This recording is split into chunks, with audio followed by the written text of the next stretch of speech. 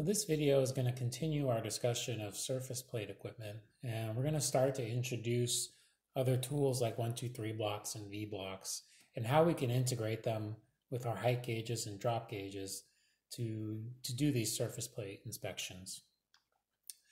So we're going to talk about 1, 2, 3 blocks, Vblocks. We're going to discuss Joe blocks in depth. Joe blocks have applications throughout metrology, but particularly useful for working with surface plate techniques. So we're going to discuss them in detail. The sine bar and the angle blocks we're going to talk about in the angle discussion, measurement of angles video, but we're also going to integrate gauge pins, which we talked about in hole inspection, but they also have some applications in surface plate measurements. We've got some jacks that we're going to introduce, and we'll also talk about clamps, that precision tool clamps that you can use. So how we integrate those with the gauges we already covered in a previous video is what hopefully we're going to know by the end of this series.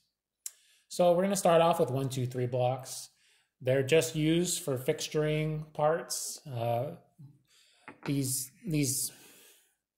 These blocks here have near perfect perpendicularity, parallelism, and thickness. So flatness, parallelism, perpendicularity, surface finish.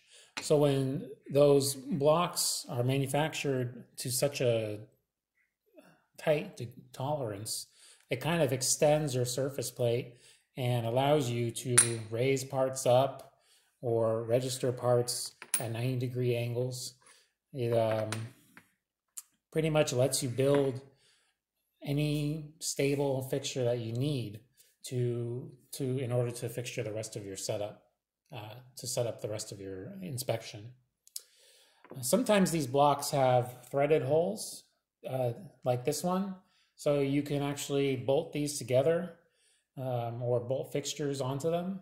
Other ones just have through holes.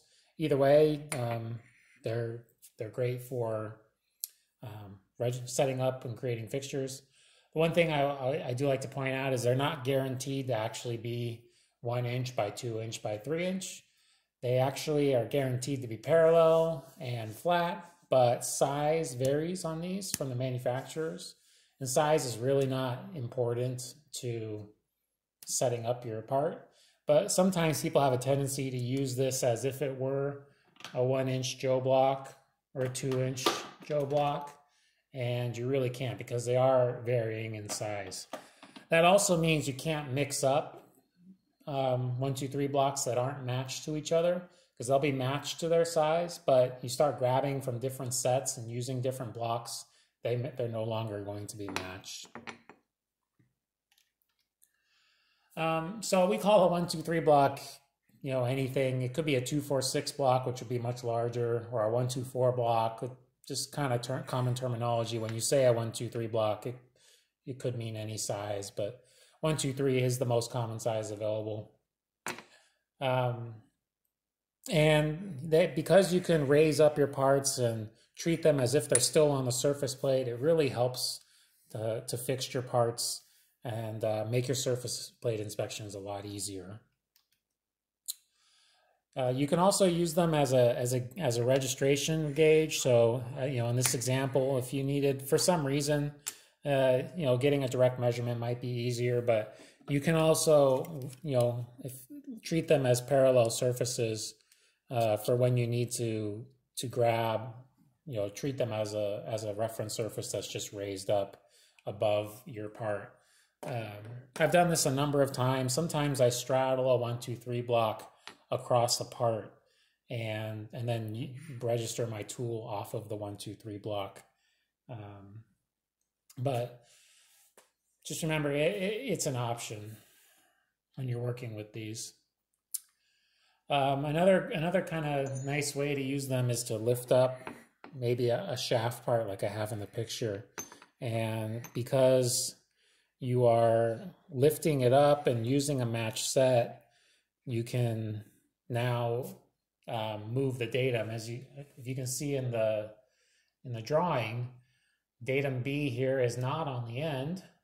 In this example, datum B is off of this surface for whatever reason. There probably is some sort of mating face registration there for this part. So in this way, you can lift up your part and then use your height gauge to get direct readings off of the top of the block to each ring on the part. So if, for example,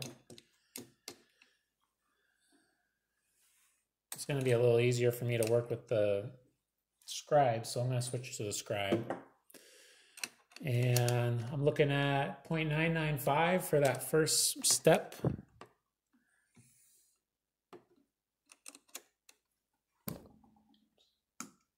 So let's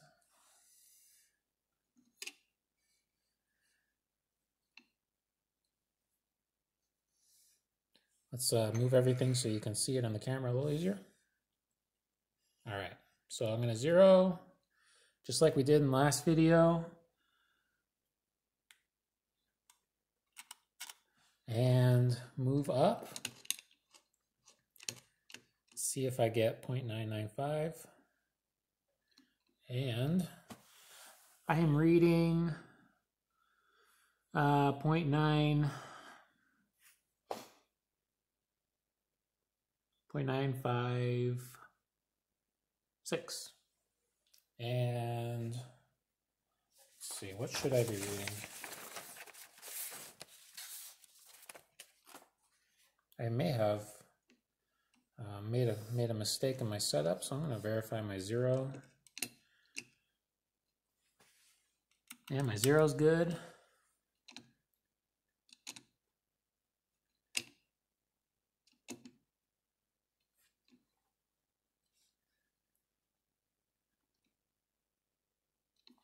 Yeah, so I'm about 0.956 on that measurement. Let's see what our caliper says. Yep, so pretty far out of print. And then, you know, those steps I just went through, you get a drastically different reading. It's a good way to do it. Verify your zero, repeat the measurement, be a little bit more careful, make sure you didn't make a mistake, and then verify with a sanity check. So, but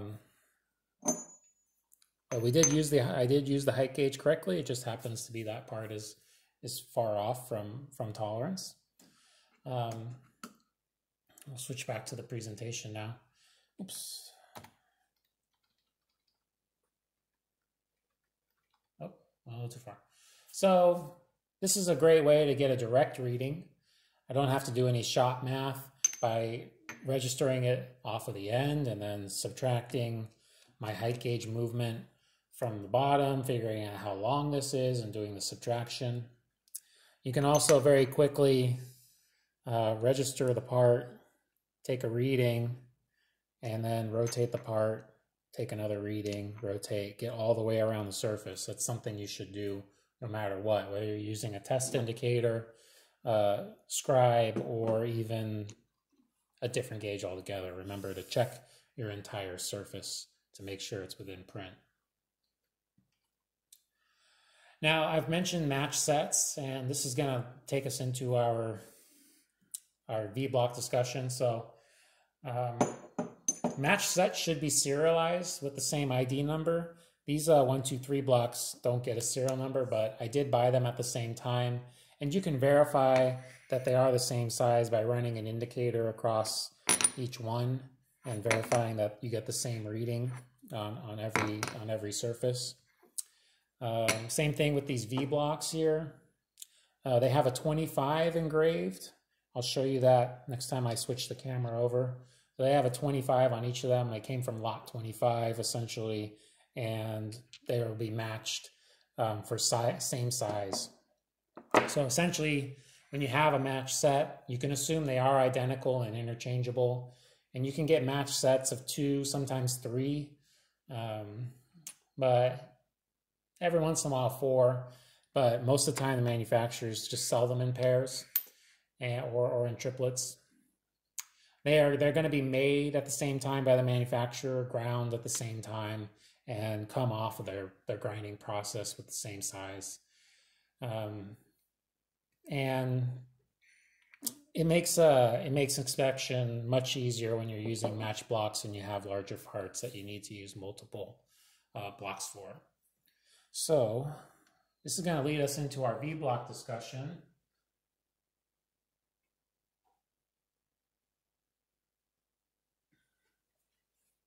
So V-blocks are great for holding round parts. That's one of their main purposes, so that when you have a part that's round, you can stably hold it and rotate it around to do your entire inspections. Again, I have a match set here, so I can do two. If I only had one, I could still just register this on one V-block and do the same thing. But as it gets more out of balance, it's nice having a matched set because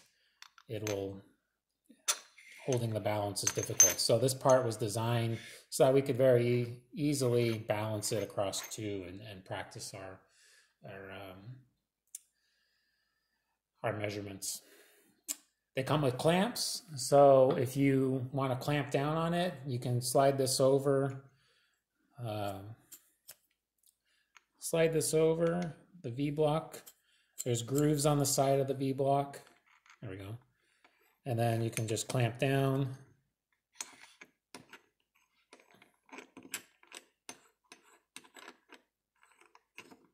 So that it's balanced. So now there's force being applied straight down. It's being registered into the V-block so it can't move, and now it's fairly balanced this way. And again, I mentioned 1, 2, 3 blocks are near perfect, and so are V-blocks in terms of flatness and perpendicularity, parallelism, angularity, surface finish. You can pretty much assume in most cases that when you're using a 1, 2, 3 block or a V-block correctly, you're not introducing any additional error. There's maybe 1/10,000th of an error difference. You can check the manufacturer for those numbers. But in reality, compared to most tolerance zones, it's negligible for most applications. So, we'll go through a few examples using the V-block. This is a circularity cylindricity example where you just rest the part inside of the V-block and then rotate it around. When you are setting up your part on the V-block, it's going to be very important to make sure your indicator is centered on the top diameter. So when I go to measure these parts, I'll demonstrate that. But we talked about this in the last video also. If you're not sweeping and finding center, you're not going to be able to repeat your measurement, and you're not going to get all of the error in the measurement. So I'll show you how to sweep for center,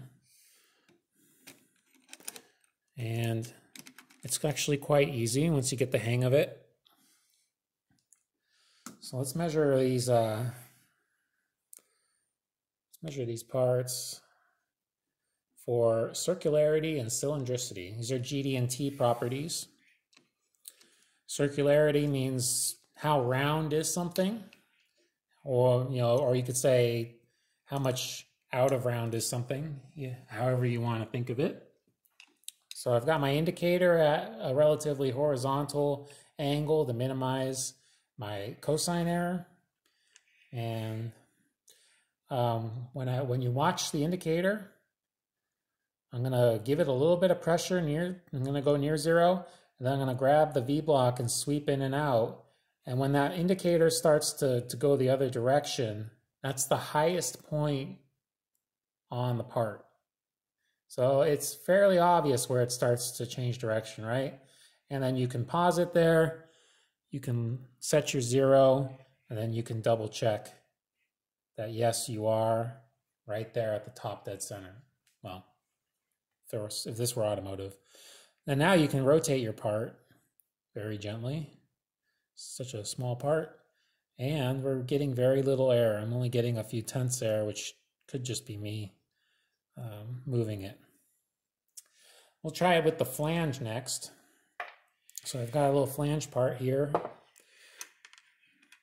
and we'll do the same thing.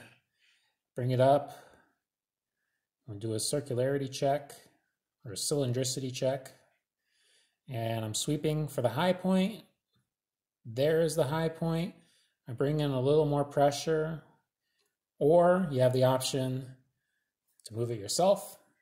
Either way, double check yourself and then rotate around. Now this is a situation where I've got a kind of an off balance flange and it's maybe wanting to tip off. So one nice thing I can do is I can bring up a 1, 2, 3 block for stability,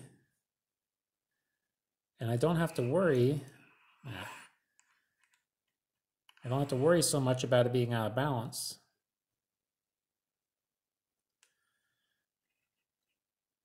Although you do have to worry about the 1, 2, 3 block pushing on the part the other way, which is what I appeared to be doing.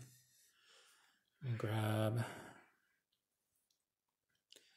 But I often use a 1, 2, 3 block to stabilize my setup when I'm worried about my part falling off of the V block. There we go. And now we can rotate around. And you'll see it jump because it's falling in these through holes, but otherwise it's pretty stable from what I can see. And if you check out the secondary camera feed, you'll see that too. Now this is a circularity or a cylindricity check because our part is registered in the V block on this surface, and that's where my indicator is. So that makes it either a circularity or a cylindricity check. If you have your part registered on one surface and your indicator on a different surface, that becomes a runout check. So that's the difference. They're not the same symbol. One is comparing a surface relative to the V block, stability. So basically you're measuring how much form error the surface has. And the other check, which I'll demonstrate right now, is a runout check. And you would be checking the error between the two surfaces.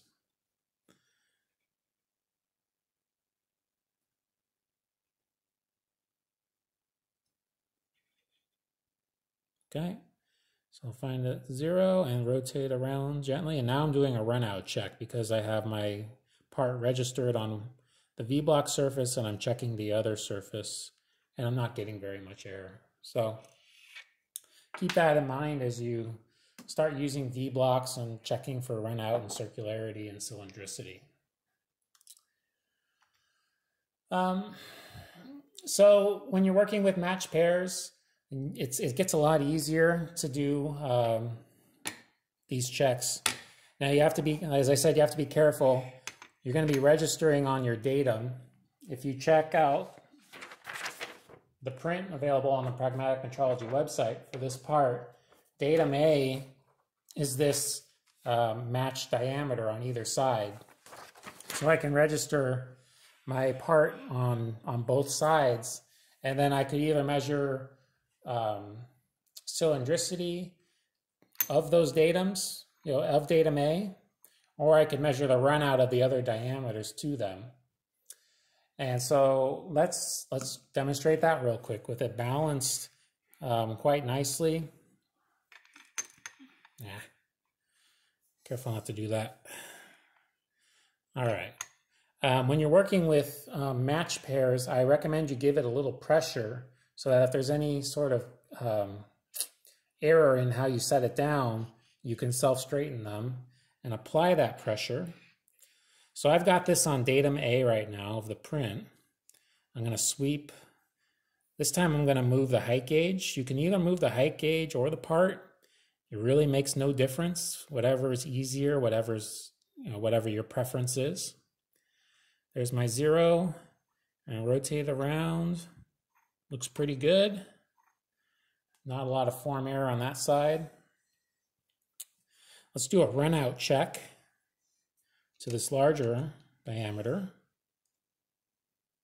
see how well they run out to each other.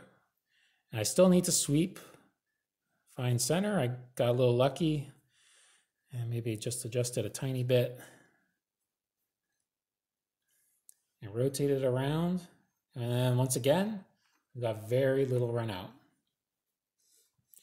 I'm going to flip this around and let us check the very small diameter at the end for another run out check, because once again, I don't have this diameter registered in the V-block. I have this diameter, so I'm checking the run out between them. And let me move the height gauge. Now this surface has got quite a lot of chatter. I'm going to do my best to get it on the high point. And rotate it around, and maybe 1,000th of run out error. Like I said, there's a lot of chatter that is affecting my measurement.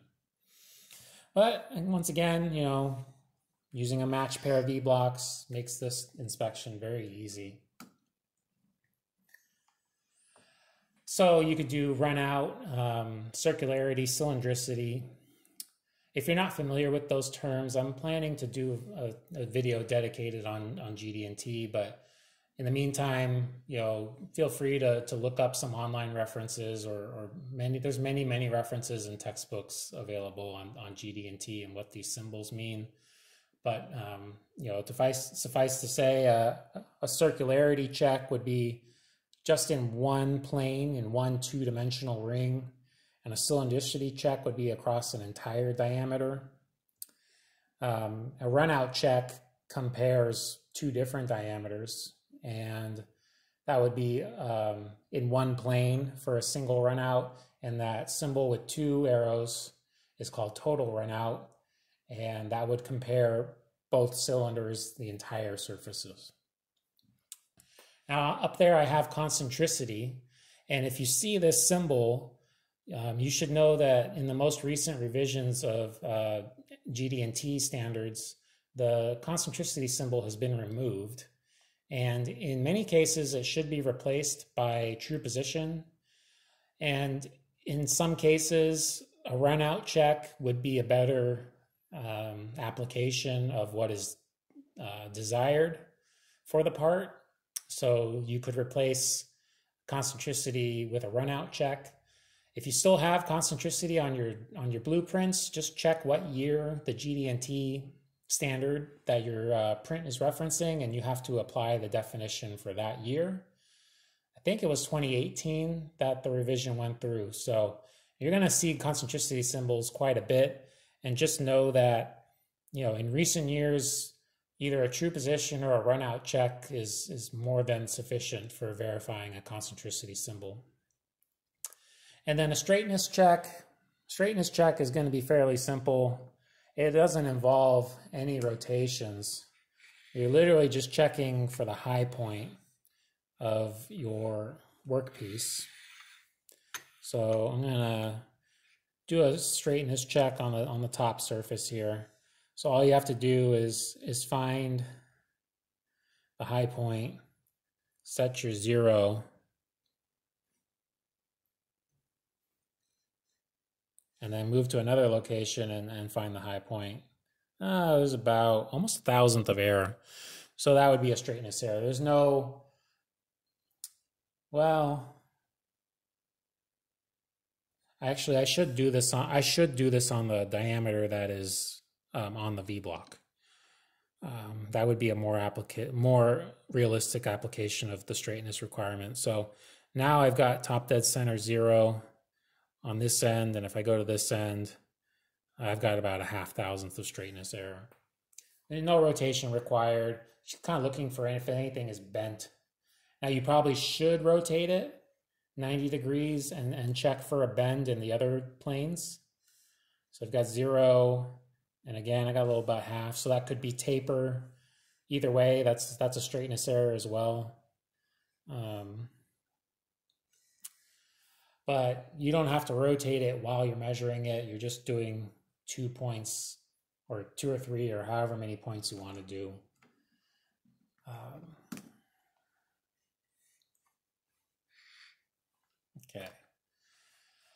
You can also do run out with a drop indicator. I want you guys to remember that. It looks pretty much the same. I won't set up on second camera to save a little time, but set it up over here where you can see on the main camera.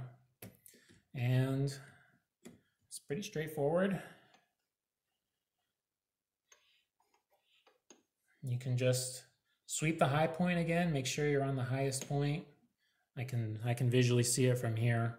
I'm on the high point, and spin it around, and you look for how much the indicator is moving, which is almost nothing right now. You can't even really see it up on the screen. So, but I am rotating the part, and you can do run out or circularity or cylindricity checks this way as well. So here's some examples. I've already clamped. I already showed you one clamped. You can also do a vertical clamp. So you can clamp onto your part and in a vertical fashion. You can also raise up, the part as I have in the picture and clamp it. So if you need to get a little clearance beneath the part. So just keep that in mind. Clamps are extremely handy. You can also actually, when we get to the gauge pins, I'll show you an example of how we can clamp onto the pin and then slide a part onto the gauge pin and do a check. We'll get to that in a few minutes. We're gonna switch gears a little bit to talk about Vblocks. And this is really we've used Vblocks in almost every video, but this is the only video where I'm gonna really go in depth on Vblocks, talk about their accuracy and their applications. So a Vblock is precision thickness ground to a very, very, very tight tolerance. This will probably be the most accurate gauge that you have in most applications. With maybe your surface plate, I should say, is probably even tighter, but your Vblocks are very, very accurate. And you can stack them together through a ringing process. So if I take my 1-inch block, I can add a 0.95 block to it. And if I ring them properly, which I'll go over in a minute, I get something that's exactly 1.950. With the amount of error that's added in stacking is so negligible, you're not going to see it unless you did it absolutely wrong. So that's what's really nice about Vblocks, is the ability to stack them with zero error. Well, near zero. Once again, I say they're near perfect for size, flatness, parallelism, and surface finish. The tolerances are very tight, so in an application, you're not going to really see it, but the manufacturers still need a little tolerance for them to make something. And they're very hard. They're going to be very, like, 60 Rockwell or higher. I'm not sure exactly, but they're very hard and resist wear, so you can slide them, and generally speaking, they won't wear very much. Some blocks actually used to come with a wear block, some sets, and you were supposed to use that wear block as your last block, and that would be the one that would take the brunt of the wear, but that's becoming less and less common as these sets get cheaper and cheaper, and you can just replace an individual block for a few dollars, maybe 10 or 12 bucks to replace a block. And so there's really, the wear block has become less common, but I've still seen them in some older sets. Speaking of sets, let me move my height gauge out of the way. So they're sold in sets, and typically it's an 81-piece set. And the reason it's 81 pieces is that's the smallest number of blocks that you can combine to get pretty much any size, from say 0.1 of an inch to 10 inches. There's enough blocks here to get you anywhere in that range. Some sets will have less. I think 31 or so is another common set. And that won't get you quite as many combinations. And Usually they leave off the larger blocks down here. But your 81 piece set is broken up into these increments. You have one block that's 50 thousandths, that's your smallest block. And then you have 10 blocks that go from 0.1 to 0.1009. So those are your blocks with 10 thousandth increments. Those are the only ones that vary in size by 10 thousandths, by 1/10,000th of an inch. The next range is from 0.101 to 0.150, and each one of those moves in 0.001 increments. So you have 50 blocks basically, starting at 0.101 and ending at 0.150. From there, the increments get larger. You have 0.2 to 1 inch in 50 thousandth increments. So you'll get 0.2,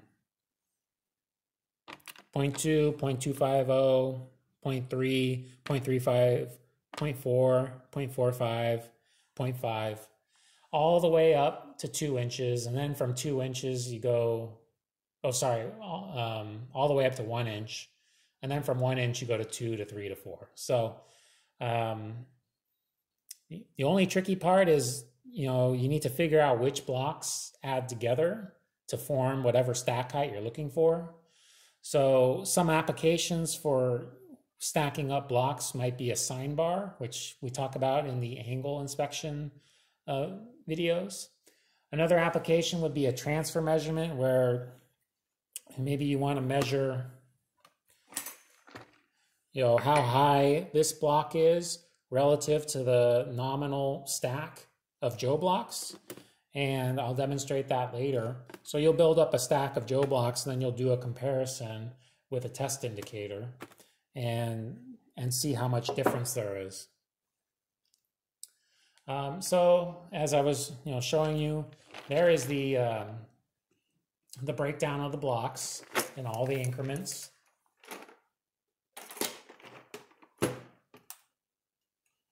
$81 pieces. And when we talk about stack height, there's a little bit of a mathematical formula that should always include blocks that are in the set. Sometimes what people do is they look at a number like 1.3448, and they end up trying to pick blocks that don't exist to build their stack height, and they can't figure out how to use the blocks that do exist. So there's a method to figuring it out, and it basically works by starting off with the rightmost digit. Our rightmost digit is 8/10,000ths. There's only one block in the set that has an 8/10,000ths. So I'm going to grab the 0.1008. And when I subtract those two numbers, 1.3348 minus 0.1008, I end up with 1.234. So then I ask myself, what ends in 34? I could either ask myself what ends in 4. What ends in 4 is 0.104. That's my only one. But I can skip a step and say what ends in 34, because I know I have a 0.134 block. So what ends in, so now I have my 0.108 and my 0.134 block. And I do the subtraction, and now I need to get to 1.1. So I know I have a 0.1 in there. And then the last block I need is 1 inch. So my stack height typically is going to be 1 inch. Then I'll add my next largest one is the 0.134. I'll add my next largest one, which is the 0.108. Sorry, 0.1008. And then my smallest one, which is the 0.1. Really doesn't matter what order you do it in. I just like to do it in size order. And I'm going to show you how to ring these together in a minute. But these 4 blocks form up 1.3348. And you should use a micrometer to verify your stack height. Now, I don't have a micrometer larger than 1 inch right now, so we'll do another example later. But we want to go through another few examples. So example 2.865, how are you going to get to that stack height? We don't have anything that ends in a 65. If you look at your your increments, you have 0.101 to 0.150, but you don't have a 65. So you're going to have to use something else to get to the 65. And for me, I say, well, let's use the 135. So now I'm at 2.730 when I subtract those. All right. So 2.865 minus 0.135 Joe block height, 2.730. I'm going to, my next Joe block, what ends in 730? Well, 130 ends, you know, I can get rid of the 30 that way. So now I'm at 2.6. From 2.6, I know I can use the 0.6 and the 2. So my overall stack height becomes 2, 0.6, 0.135, and 0.130, which are all right here in the middle of their subtractions, and then our last number. Another way to do it, 0.865 minus 115. I get 2.750. 2.750 minus 0.75 is 2. And all of these blocks are in the set. It fits, it does fit our increments. I can find all of those blocks right now. So here's the 2, the 750, and the 115. So these three will get you a stack height of 2.865. I could also use the 2, the 0.6, the 130, and the 135 to get the same stack height as well. So there's multiple ways to achieve the goal sometimes. Sometimes you won't choose the most efficient way. The first time I did 2.865, I did it the way on the top, and I realized, wait a minute, I made a mistake. I probably could have done this easier. And, you know, when we've talked about go, no-go gauging in some other applications, there's some applications where you want to set up a go stack height and a no-go stack height, and you need to use the same blocks, right? Because your go and your no-go will be so different that the base blocks, the larger blocks, are the same. But you can get around that if you're a little creative. You know, to get a 2.865 go, we could use a 2, a 0.7, a 0.1150, and a 0.5. Sorry, and a 0.05, as shown here. That will get me to 2.865. And to get me to 2.870 no-go, I could use a 1, a 0.750, a 550, a 450, and a 120. 5 blocks, but again, I don't overlap any of my blocks if you're a little creative with how you do that. And you notice 0.550 and 450 add together is 1 inch, plus 1 inch is 2 inch, plus 0.75 is 2.750, and then you're adding the 120 at the end. So that's how I kind of approached it. I knew I could get to 2.75 pretty easily by splitting up the 1 inch into these two pieces, and then I just needed my last piece here. So keep practicing. If you're having trouble with the math, remember, look at the right side of the number and work your way using the blocks that you have. And then when you start seeing you could have combined some blocks, just remember that for next time. So I've talked about the how to assemble these.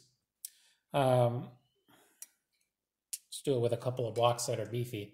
So basically, the first thing you're going to do is you're going to cross them together. And well, actually, the first thing I would say is wipe them off with your fingers. Grab any oil or dirt or dust and just give them a nice wipe down. And then cross them and twist them. And then slide, and now you're ready to go, right? Just the force of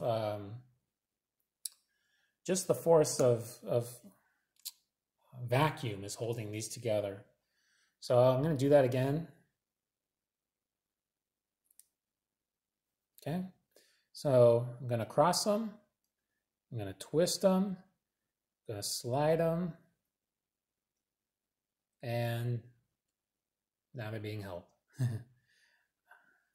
Can't pull them apart easily. See? It's pretty powerful suction vacuum force when you do it right. So I could add another block, twist, slide. I can add another block, twist, slide, and you can just keep building it up that way. Now, sometimes these larger blocks get a little unruly and they get a little more tricky, but you can still do the same basic premise. You might have to slide a little bit more and be very careful about the gravity, the weight of these blocks, but otherwise you still end up with a 7-inch stack in this case. So just be careful.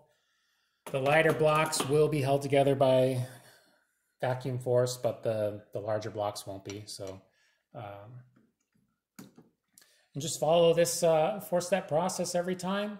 And you want to verify with a micrometer. So before I switch the camera, I should have verified. So I have the 130 and the 135. So I should get, what, 265 if I did my math right? And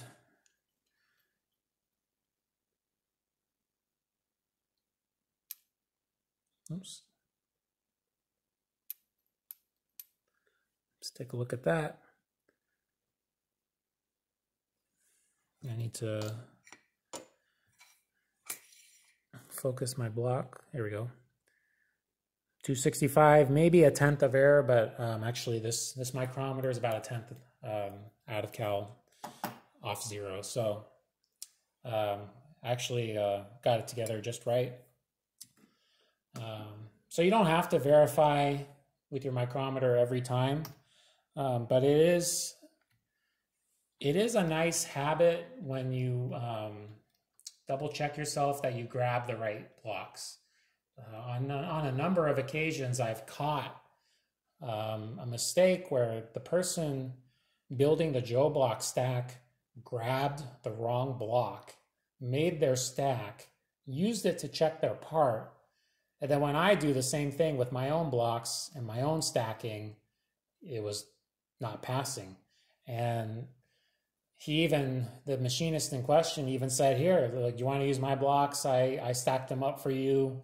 I was like, no, it's all right. I'll use my own. And it's a good thing I did, because he grabbed a block that was like 10 thousandths too small. And so at any rate, his part was wrong, and I was able to catch it before he made another one. And that's just because he grabbed the wrong block. If he had verified it, even with a caliper, not the most accurate way to do it, but it's going to find a 10,000th problem. So try to get in that habit when you first start off. But when you are very confident, I don't verify these when I'm certain about the blocks that I grabbed, because I do have a lot of confidence in them. So we haven't really talked about the accuracy of these yet, other than, I say they're near perfect. Well, what does that look like?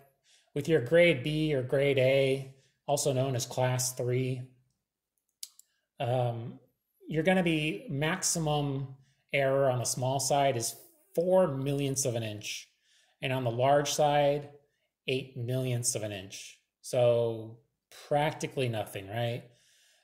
For your A+, your AA, your AAA gets minus 1 millionth of an inch or plus 1 millionth of an inch. That is just very, very accurate. And that contributes, that surface finish and that level of accuracy contributes to that vacuum force that's holding them together. Now, I do want to point out, I don't have one of these here to show you, but there are round Joe blocks, as well as Joe block holders that can hold, a very complicated stack together. You can clamp these down in a clamp like this. They come in varying sizes based on the size of the blocks you're going to be stacking. And then you have round ones that will help you get into radiuses and diameters and help you check those. Internal grooves I've used. When you have like a ring groove and you want to check how wide is the groove, sometimes I'll use round blocks on both sides. And those round blocks I've seen in 0.2 size or 0.4 size. There's a few sizes available. Not nearly as many as a 81 piece set, but pretty handy. If you end up measuring a lot of parts that have those features, or you have complicated stacks that you're using as a hand go no go inside of a part, you're not using it on the surface plate. Invest in a clamp, and maybe invest in a round block as well.